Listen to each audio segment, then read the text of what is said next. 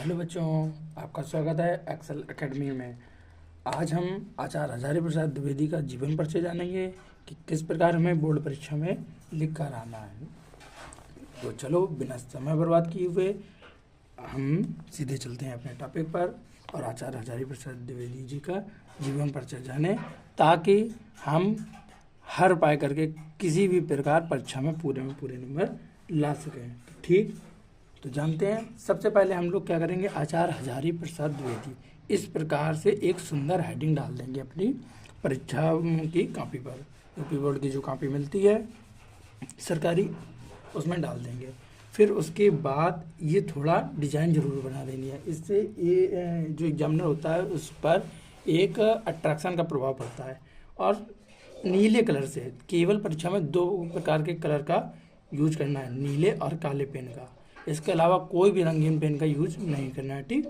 और हाँ, दूसरे कलर्स के पेन से या जैसे काले से हेडिंग डालते हैं और नीले काले स्केच से हेडिंग डाल देंगे, नीले स्केच से हम लाइन खींच देंगे, ठीक। डबल लाइन भी कर सकते हैं। फिर यहाँ काले स्केच से हम जीवन परिचय, सबसे पहली हेडिंग डालते हैं जीवन परिचय, ठीक। तो 3 नंबर जीवन परिचय के मिलते हैं और 2 नंबर कृतियों के मिलते हैं, तो टोटल 5 नंबर मिलते हैं, ठीक बच्चों। तो आज हम जानेंगे कि आचार्य हजारी प्रसाद द्विवेदी का जीवन परिचय हम किस प्रकार लिखें और किस प्रकार उनकी कृतियां लिखें, ताकि हम पूरे 5 में 5 नंबर प्राप्त कर सकें, ठीक बच्चों।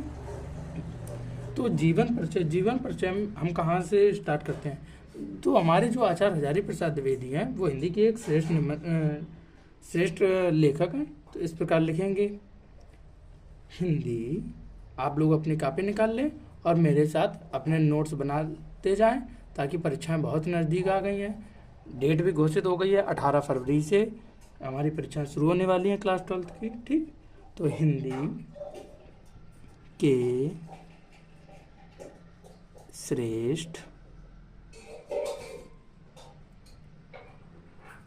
निबंध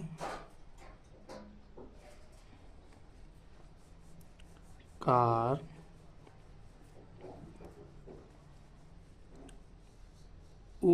उपन्यासकार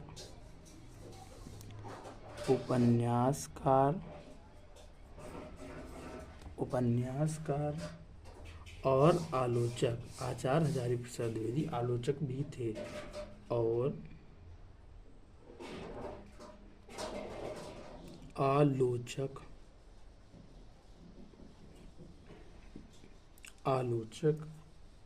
एवं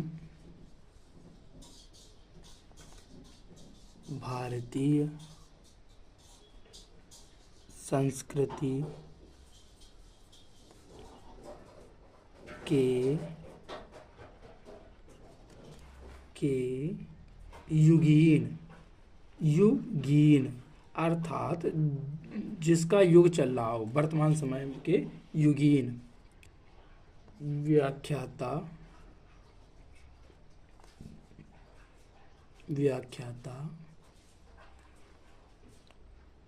डॉक्टर हजारी प्रसाद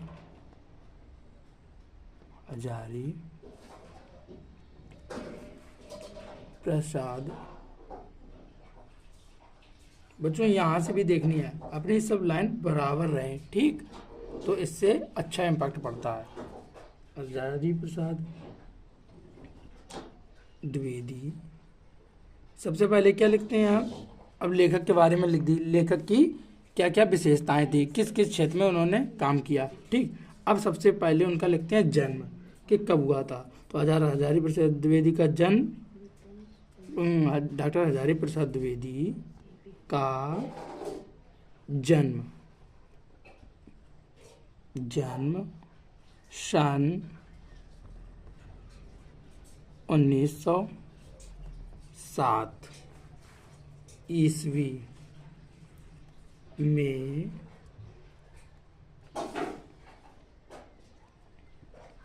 में दुबे का छपरा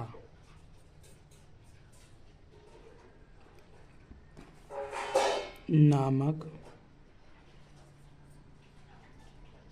ग्राम में हुआ था। ठीक, ये जन्म के बारे में हो गया। अब इनके पिताजी के बारे में लिखते हैं। जैसे लेखक के बारे में जानकारी होती है, उसके पिताजी के बारे में या माताजी के बारे में, तो उसके उनके बारे में लिखा जाता है। ठीक, तो इन्होंने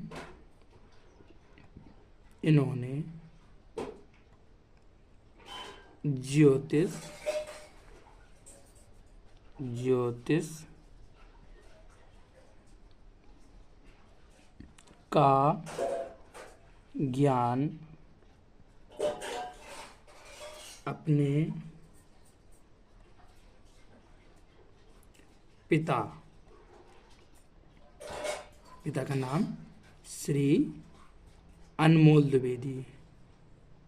अनमोल, अब देखो हम डायरेक्ट पिता का नाम अनमोल द्विवेदी लिखते तो क्या हो जाता, तो ये विशेषता नहीं बता पाते। अब इससे हमें विशेषता बताने का एक मौका मिल गया कि इन्होंने ज्योतिष का ज्ञान अपने पिता अनमोल द्विवेदी जी से प्राप्त किया। ठीक बच्चों, ये हो गया इनके पिता के बारे में जानकारी।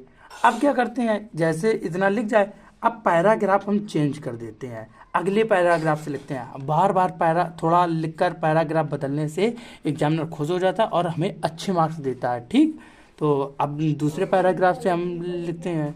हाँ, तो आप लोग अपनी कॉपी में नोट्स बनाते जाएं और जैसा जैसा हम लिखवाते जा रहे हैं वैसा वैसा लिखते जाएं। पक्का आपको फुल में फुल मार्क्स मिलेंगे। 5 नंबर का होता है ये जीवन परिचय गद्य का और 5 नंबर पद्य का। आप हमारे चैनल को सब्सक्राइब कर लीजिए, उसमें आपको जो अभी हम पद्य के भी जीवन परिचय करवाएंगे। ठीक, अभी गद्य के आचार्य हजारी प्रसाद द्विवेदी का, कल हम इसके पहले हमने वासुदेव शरण अग्रवाल का करवाया था, वीडियो को जाकर उसको भी देख लेना। ठीक बच्चों, तो प्राप्त हुआ। अब इनकी शिक्षा आगे कैसे बढ़ी, ठीक, इन्होंने अपने जीवन में क्या किया, तो दूसरे पैराग्राफ से हम लिखेंगे। ठीक, अब वो पैराग्राफ हो गया था, अब दूसरे पैराग्राफ से हम लिखते हैं। पैराग्राफ जब चेंज किया जाता है तो यहाँ आगे से, जैसे यहाँ तक कॉपी होती है तो इसके आगे एक अक्षर छोड़ के जगह छोड़ दी जाती है और यहाँ से लिखना स्टार्ट किया जाता है। ठीक, तो ये पैराग्राफ बदलने का एक तरीका होता है। तो वर्ष 1930 में काशी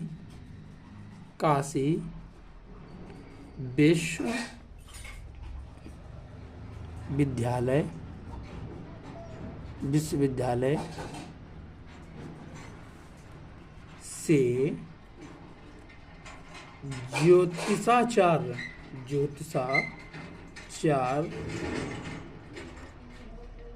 ज्योतिषाचार्य की उपाधि मिली। ठीक बच्चों, ये हो गई, इन्होंने क्या किया, ज्योतिषाचार्य बने। वर्ष 1940 ईस्वी से 1950 ईस्वी तक ये शांति निकेतन, शायद आपने नाम सुना होगा, शांति निकेतन की स्थापना किसने की थी? जीके का क्वेश्चन है। किसने की थी? किनको पहला नोबेल पुरस्कार मिल रहा था? जिनको शांति में पहला नोबेल साहित्य के क्षेत्र में पुरस्कार मिला था, रविन्द्रनाथ टैगोर, उन्हीं ने ही शांति निकेतन की स्थापना की थी। शांति निकेतन, उसी शांति निकेतन के ये हिंदी भवन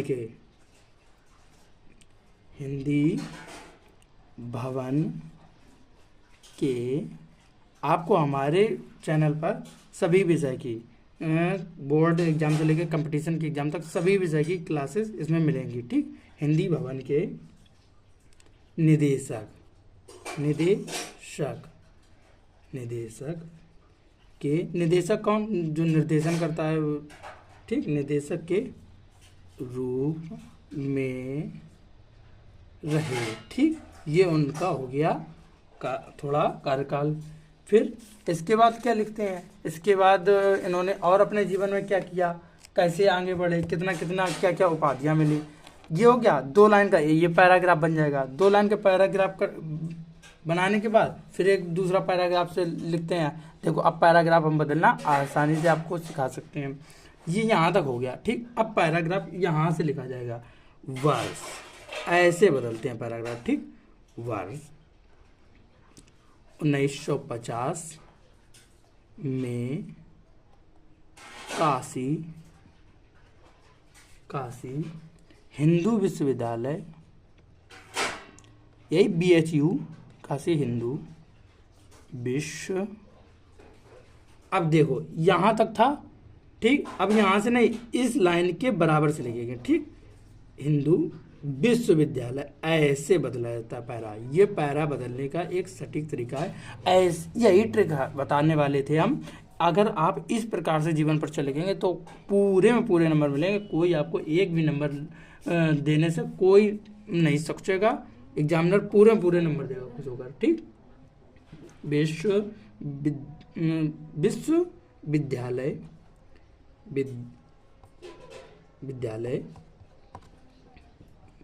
विद्यालय के हिंदी विभाग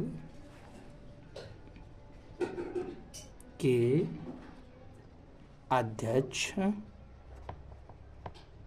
रहे, ठीक। आपको कहीं भी कोई कोचिंग लेने की आवश्यकता नहीं है। आपको यूट्यूब पर, हमारे चैनल पर निःशुल्क सब सामग्री प्रदान कराई जाएगी।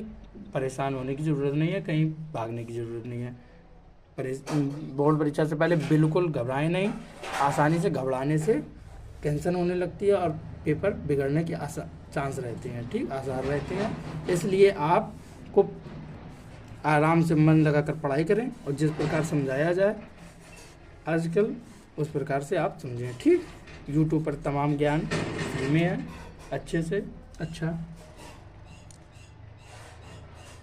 वर्ष 1960 से 1966 तक पंजाब विश्वविद्यालय कहाँ है, चंडीगढ़ में। पंजाब यूनिवर्सिटी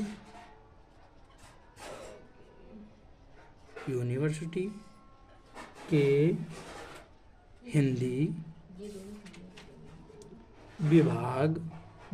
विभागाध्यक्ष, कहीं कहीं हिंदी विभाग के अध्यक्ष, आप ऐसे भी लिख सकते हो शॉर्ट में, विभागाध्यक्ष, ठीक, विभागाध्यक्ष ऐसे भी लिख सकते हैं, विभागाध्यक्ष बने।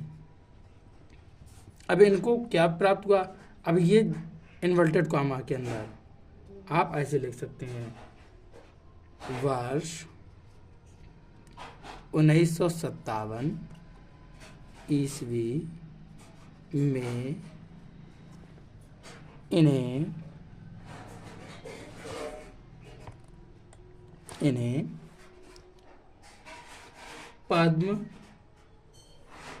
पद्म आप चाहें तो ये जो पद्म विभूषण विशेष पुरस्कार होता है, ठीक, मतलब बहुत भारत में विशेष सेवा के लिए दिया जाता है, किसी भी क्षेत्र में विशेष सेवा के लिए, तो आप ऐसे इसको हेडिंग काले इसके से भी डाल सकते हैं। वर्ष काले पेन से, वर्ष 1957 ईस्वी में इन्हें पद्म भूषण, ठीक, पद्म भूषण भारत का तीसरा सबसे बड़ा नागरिक सम्मान है। पद्म भूषण की उपाधि प्राप्त हुई, ठीक, हुई, इन्वर्टेड कॉमा बंद, सन 1962 1979 में हिंदी साहित्य। अब ये देखो, ये होते हैं कीवर्ड जो एग्जामिनर को इफेक्ट डालते हैं अच्छे मार्क्स लेने पर। हिंदी साहित्य का यह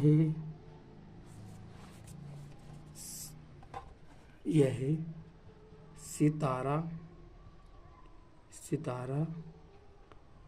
अनंत, देखना बच्चों, अनंत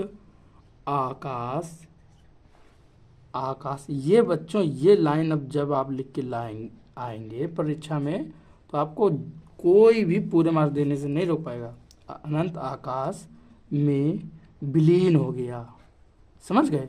विलीन हो गया, विलीन हो गया। ठीक, इस प्रकार आपका जीवन परिचय हो जाता है। ये था जीवन परिचय। अब 2 नंबर जिसके मार्क्स मिलने हैं तो वो क्या है? वो है कृतियाँ। अनंत आकाश में विलीन हो गया, सदा सदा के लिए अस्त हो गया, ठीक, स्वर्गवास हो गया, ऐसे शब्द लिखे जाते हैं तो बहुत अच्छे नंबर मिलते हैं। ठीक, आपको हमारे चैनल पर ऐसी ही रोचक जानकारी मिलती रहेगी। ठीक, अब देखो, अब क्या कृतियाँ, अब दूसरी हेडिंग डलेगी कृतियाँ, जो हमें 2 मार्क्स दिलाती है। ठीक, तो उसकी हेडिंग कैसे पड़ेगी? कृतियाँ, ऐसे डाल देंगे आप काले स्केच से, कृतियाँ। ठीक, ऐसे संयोजक चिन्ह लगा कृतियाँ। कृतियों में कृतियाँ लिखने का तरीका अलग होता है। कृतियाँ लिखी कैसे जाती हैं? ठीक, कृतियाँ कुछ लोग सीधे सीधे कृतियाँ लिख देते हैं तो उससे टीचर लोग एक ही मार्क्स देते हैं, कहो एक ही नंबर दें। लेकिन अगर आपने इस प्रकार से लिखे हैं, जैसे 1 नंबर डाल के अब लिखा निबंध संग्रह का, आप काले पेन का यूज कर सकते हैं। निबंध, ये काले स्केच से, ये काले पेन से। ठीक, निबंध संग्रह। अब निबंध संग्रह जो लेखक के हैं उनके आगे आप लिख दें, क्या लिख दें कि कौन कौन से निबंध संग्रह, जैसे अशोक के फूल। ठीक, ये तरीका होता है। ये तरीका आपको कोई भी नहीं समझाएगा, बस आप ऐसी वीडियो देखते रहते हैं।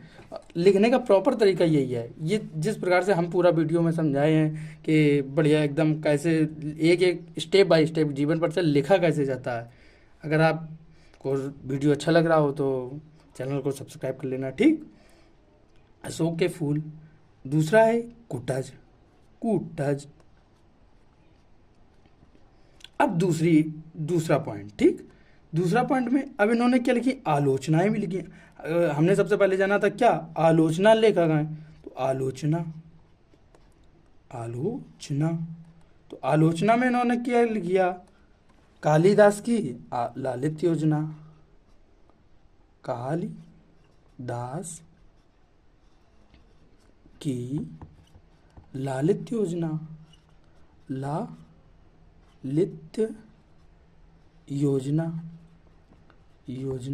इस प्रकार अगर आप लिखेंगे, ठीक, तो कितना अच्छा लग रहा है जीवन परिचय। ऐसा लग रहा है कि बच्चे को पूरी जानकारी है किसी लेखक के जो पूछे गए हैं उनके जीवन परिचय के बारे में। अब इनकी जो एक विशेष रचना है, उपन्यास लिख दो। उपन्यास, यहाँ हम एक विशेष चीज फिर समझाने जा रहे हैं आपको। उपन्यास देखो, बाण भट्ट की आत्मकथा, 1 नंबर का क्वेश्चन आता है कि बाण भट्ट की आत्मकथा किसकी रचना है, किस विधा की रचना है। तो आप लोग लिख देते हैं, या कई बच्चे ऐसा लिख सकते हैं, अगर आपको आता होगा तो अच्छी बात है, आप सही लिखेंगे। लेकिन कई लोग लिख देते हैं ये आत्मकथा विधा की रचना है, लेकिन जबकि बाण भट्ट की जो आत्मकथा है वो उपन्यास विधा की रचना है। बाण भट्ट की आत्मकथा, ठीक, आत्मकथा, यह है उपन्यास विधा की रचना, आत्मकथा। ठीक, दूसरा लिखना चाहो लिख लो, पुनर्नवा। ठीक, पुनर्नवा। इस प्रकार आपकी हो जाती हैं ये रचनाएं। बस इतने ही लिख देते हैं। 1-2 अगर और लिखना चाहें तो आप और लिख सकते हैं, बशर्ते ये जो तरीका है आप ये सारी रचनाएं लिख देंगे, सब एक ही सा हो जाएगा, कोई पता ही नहीं चलेगा निबंध संग्रह कौन है, कौन आलोचना है, कौन उपन्यास है। तो पता ले टीचर को तो सब जानकारी रहती है, लेकिन वो ये जानना चाहता है क्या बच्चे को भी ये इन विधाओं के बारे में जानकारी है। अगर है तो हम नंबर अच्छे देंगे। ठीक है, अब चौथा नंबर क्या है, आप इतिहास लिख सकते हैं कि इन्होंने इतिहास के क्षेत्र में भी रचनाएं लिखी। ठीक, इतिहास, इतिहास में इन्होंने कौन सी रचना की, सबसे प्रसिद्ध रचना है इनकी हिंदी साहित्य की भूमिका और हिंदी साहित्य का आदिकाल। तो हिंदी साहित्य का आदिकाल आप लिख दें, हिंदी साहित्य का आदिकाल, आदिकाल। ठीक बच्चों, ये इस प्रकार आप पूरा कर सकते हैं जीवन परिचय।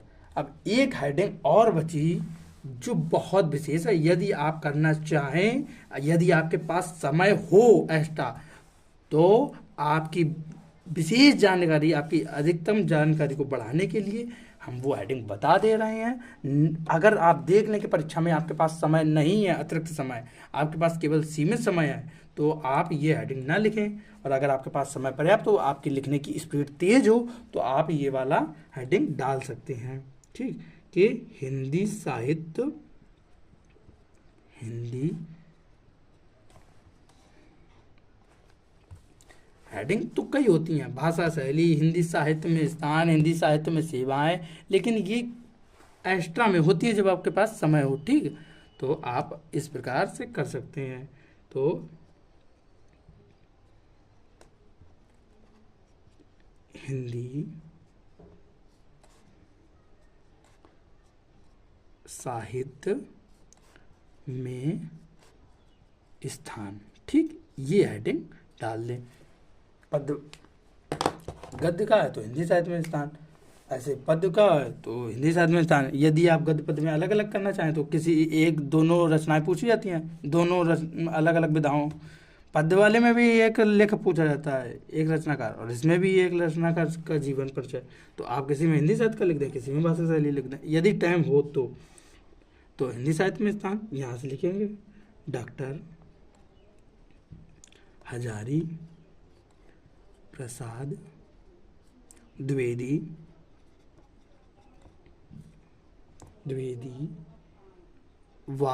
वस्तुतः, यानी लिख सकते हैं वास्तव में। जिन बच्चों को ना समझ में आ रहा हो या सरल भाषा में लिखना चाहें तो वास्तव में, वस्तुतः एक महान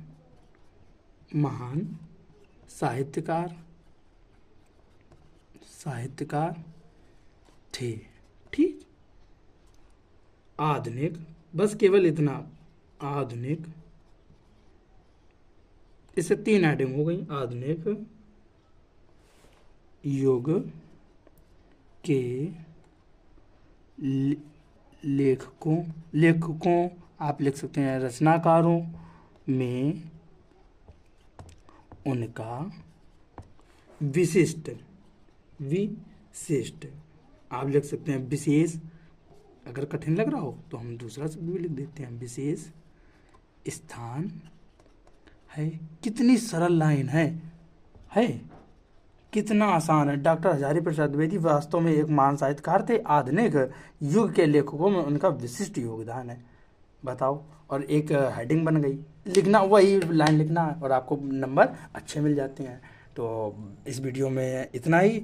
यदि आपको वीडियो अच्छी लगी हो, जानकारी अच्छी लगी हो, तो आपको 12th के पूरे सिलेबस के वीडियो यहाँ पर इम्पोर्टेंट मिल जाएंगे, सभी विषयों के इम्पोर्टेंट टॉपिक। और उसके लिए चैनल को सब्सक्राइब कर लें, बेल आइकन दबा लें। ठीक, वीडियो अच्छा लगा हो तो लाइक करें। ठीक, हमें कमेंट करके बताएं कि हम किन किन टॉपिकों पर और वीडियो बनाएं। ठीक, आपका बहुत बहुत धन्यवाद। एक्सेल एकेडमी को आप सब्सक्राइब कर लें। ठीक, धन्यवाद।